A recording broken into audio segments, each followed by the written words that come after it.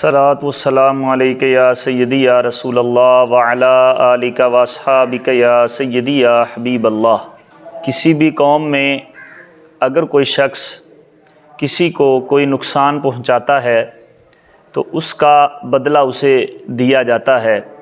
ہر قانون کے تحت، ہر قوم کے قانون اور ہر ملک کے قانون کے مطابق اگر کسی کو کوئی بندہ نقصان پہنچاتا ہے، اگر کسی کو قتل کر دیتا ہے تو اس کا قانون کے مطابق اس کو سزا دی جاتی ہے، قاتل کو۔ اور اسلام جو ہے، دین اسلام میں تو بہت ہی خوبصورتی ہے کہ اگر کوئی شخص کسی کو قتل کرتا ہے تو اس سے یا قصاصاً اسے قتل کیا جاتا ہے یا پھر اس سے دیت لی جاتی ہے۔ لیکن نبی پاک علیہ الصلاۃ والسلام نے ایک ایسا عمل بیان کیا کہ اگر وہ عمل بندہ نہ کرے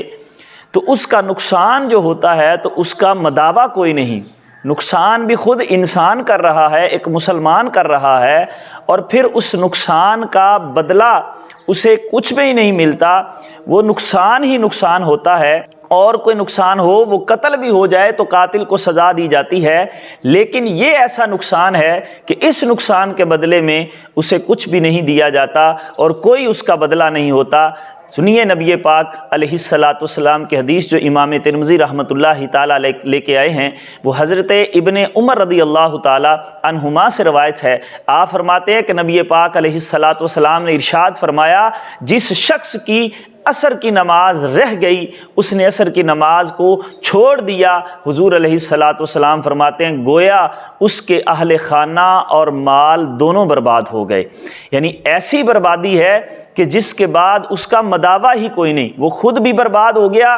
اس کے اہل خانہ بھی برباد ہو گئے اور اس کا سارا مال بھی برباد ہو گیا جس شخص کی نماز عصر رہ گئی۔ یہ نہیں فرمایا کہ جس نے چھوڑ دی، من ترکا، جس نے چھوڑ دی، یہ لفظ نہیں ہے، فرمایا جس کی رہ گئی، یفوت ہو، جس کی فوت ہو گئی، عدم توجہ سے فوت ہو گئی، اس نے توجہ نہیں کی، سستی کی وجہ سے رہ گئی، تو نبی پاک علیہ الصلاۃ والسلام نے فرمایا وہ خود بھی برباد ہوا، اس نے اپنے اہل خانہ کو بھی برباد کیا اور اپنے مال کو بھی برباد کر لیا۔ نقصان کبھی جان کا ہوتا ہے اور کبھی مال کا ہوتا ہے، لیکن یہاں نبی پاک علیہ الصلاۃ والسلام نے فرمایا اس کی جان کا بھی نقصان ہو رہا ہے اور اس کے مال کا بھی نقصان ہو رہا ہے، بلکہ اسی کی جان کا نہیں، فرمایا اس کے اہل خانہ بھی برباد ہو گئے۔ کیوں؟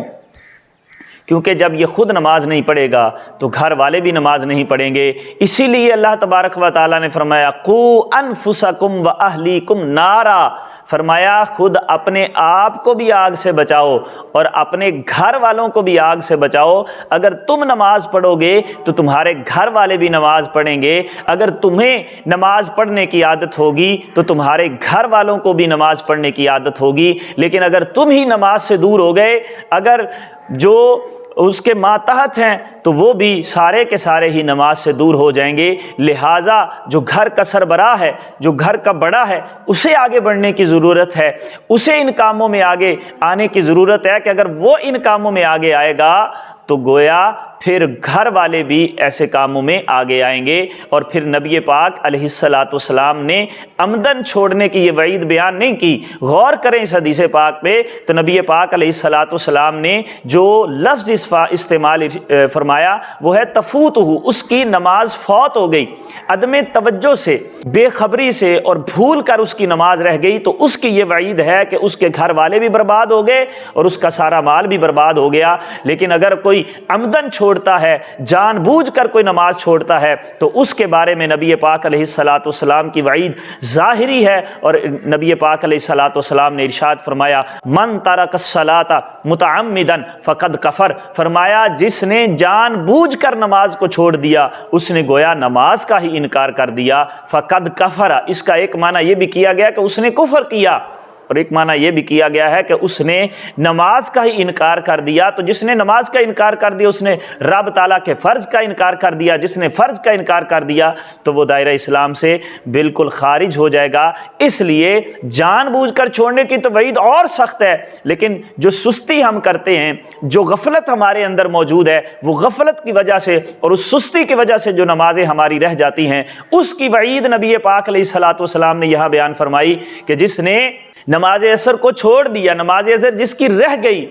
اس کی وعید یہ ہے کہ اس کے گھر والے بھی برباد ہو گئے اور اس کا مال بھی برباد ہو گیا۔ اور پھر اس حدیث مبارکہ میں نماز عصر کی تخصیص کی گئی، خاص نماز عصر کو چھوڑنے کی وعید بیان کی گئی۔ حالانکہ ساری نمازیں ایک جیسی ہیں، لیکن قرآن مجید فرقان حمید میں بھی اسی نماز کی زیادہ تاکید کی گئی۔ اللہ تبارک و تعالیٰ نے ارشاد فرمایا حافظوا علی الصلاۃ والصلاۃ الوسطی، فرمایا تمام نمازوں کی حفاظت کرو، خصوصاً درمیانی نماز کی۔ تو اکثر مفسرین فرماتے ہیں کہ درمیانی نماز سے مراد عصر کی نماز ہے، اس لیے یہاں بھی اللہ کے محبوب علیہ الصلاۃ والسلام نے عصر کی نماز کی تخصیص فرمائی۔ اور کیونکہ اس نماز کے وقت کاروبار زیادہ ہوتا ہے، لوگ کاروبار میں زیادہ مصروف ہوتے ہیں، اس لیے نبی پاک علیہ الصلاۃ والسلام نے فرمایا یہ نماز جو ہے وہ زیادہ لوگ چھوڑ سکتے ہیں، اس لیے حضور نے عصر کی نماز کی تخصیص فرمائی۔ اور شارحین حدیث نے ایک اور بات بھی ذکر فرمائی ہے کہ یہاں پر نماز عصر کی تخصیص اس لیے فرمائی کہ جب بندہ فوت ہوتا ہے، جب دنیا سے جاتا ہے، تو جب قبر میں جاتا ہے اور منکر نکیر اسے اٹھاتے ہیں سوال و جواب کرنے کے لیے، تو اس وقت اس کے سامنے جو وقت ظاہر کیا جاتا ہے وہ نماز عصر کا وقت ظاہر کیا جاتا ہے۔ تو جس کو دنیا میں نماز عصر پڑھنے کی عادت ہوگی، وہ اس وقت منکر اور نکیر ان فرشتوں سے کہے گا کہ مجھے پہلے نماز ادا کر لینے دو، پھر سوال جواب کر لینا، پھر حساب لے لینا۔ تو جس کو عادت ہی نہیں ہے، جس کو اس وقت نماز پڑھنے کی طرف اس کا رجحان ہی نہیں ہے، وہ کیسے اس وقت کہے گا؟ اس لیے نبی پاک علیہ الصلاۃ والسلام نے اس حدیث مبارکہ میں نماز عصر کی تخصیص فرمائی اور نماز عصر کو پڑھنے پر تاکید فرمائی، اور چھوڑنے پر حضور علیہ الصلاۃ والسلام نے وعید ارشاد فرمائی ہے۔ لہٰذا ہمیں غفلت اور سستی سے باہر آنا چاہیے اور تمام کی تمام 5 کی 5 نمازیں ہی باجماعت ادا کرنی چاہیے۔ اللہ تبارک و تعالیٰ مجھے آپ کو اعمال صالحہ اور 5 وقت باجماعت نماز ادا کرنے کی توفیق عطا فرمائے۔